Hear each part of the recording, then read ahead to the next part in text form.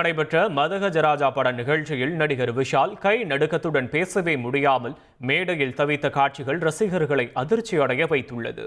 இந்த வருஷம் best actor award கிடைக்குதோ இல்லையோ, எனக்கு பெஸ்ட் சிங்கர் அவார்டு கிடைக்கும்னு நினைக்கிறேன். சுந்தர் சாரும் விஜய் அண்ணி உள்ள பேசிட்டு இருந்தாங்க.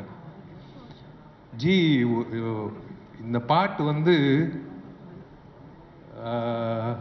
ஒரு சிங்கர் பாடணும், அந்த சிங்கர் வித்தியாசமா இருக்கணும், ஆனா இனிமே பாடவே கூடாது வாழ்க்கையில அப்படின்னு சொல்லும் போது நான் டோர் ஓபன் பண்ணி பாருறேன், இவரு தான் பாடுறாரு அப்படின்னு சொன்னாங்க. விஷா சார், இந்த கதை சொன்னா அவங்க ரெண்டு பேரையும் மேல கூப்பிட்டுறலாமா? நீங்க என்ன நினைக்கிறீங்க? Why don't we sit down and have a chat about this? Please வாங்க.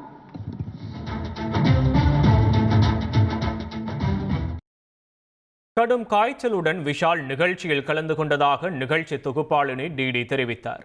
12 வருடங்களுக்கு பிறகு மதகஜராஜா படம் பொங்கலுக்கு திரைக்கு வரும் நிலையில் இதன் ப்ரமோஷன் நிகழ்ச்சியில் விஷால் கலந்து கொண்டார்.